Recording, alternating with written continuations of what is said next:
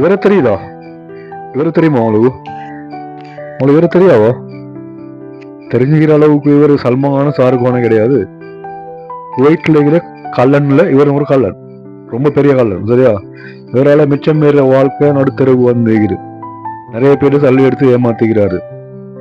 பல தடவை ஜெயிலுக்கும் போய் வந்துக்கிறாரு. ஆனா இருந்தும் இன்னும் அவர் அந்த வேலையை விடல. விசா தாரன் வேலை இருக்குன்னு சொல்லி நிறைய பேர் சல்லி எடுத்துட்டு தான் இருக்கிறாரு. யாரும் இவரை நம்பி சல்லி போட்டுறாதீங்க. இவர பேர் வந்து சுரேஷ்குமார். இவர் குவைட்ல இருக்கிறாரு. இவரை பொண்டாட்டி வந்து இங்க பிச்சை எடுத்துட்டு இருக்கிறா நாட்டுல 2 பிள்ளைய வச்சுட்டு. சரியா? இவர் கண்ட ஆக்களோட மேஞ்சிட்டு திரியிறாரு அங்க. இவருக்கு இல்லாத குட்டிகள் இல்லையா? ஆமாங்க, குட்டிகள் அங்க கிளவி மாதிரி தான் எல்லாம். ஏற்கனவே ஒரு கிளவி வச்சிருந்தாரு. அந்த கிளவியோட வாழ்க்கை நடுத்தரவு போய்த்து.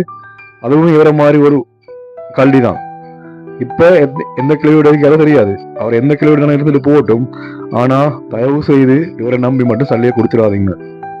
சரியா? இவர் எப்படி நாட்டுக்கு வருவாரு, அவருக்குரிய பிரச்சனை அதை போயிட்டு இருக்கிற வேற பக்கம். ஆனா நாட்டுக்கு வரத்தானே வேணும். ஸ்ரீலங்கா வராம கீழே அது எப்படி?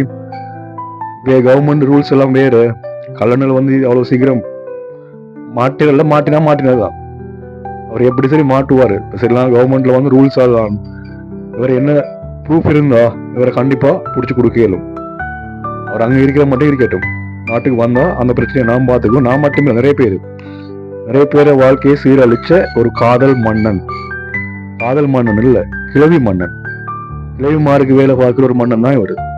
நல்லா ஞாபகம் வச்சுங்க. இவரை பேச சுரேஷ்குமார் ஒய்ஃப் ஸ்ரீலங்காவில் அவரு குவைட்ல பிச்சை எடுக்கிறாரு.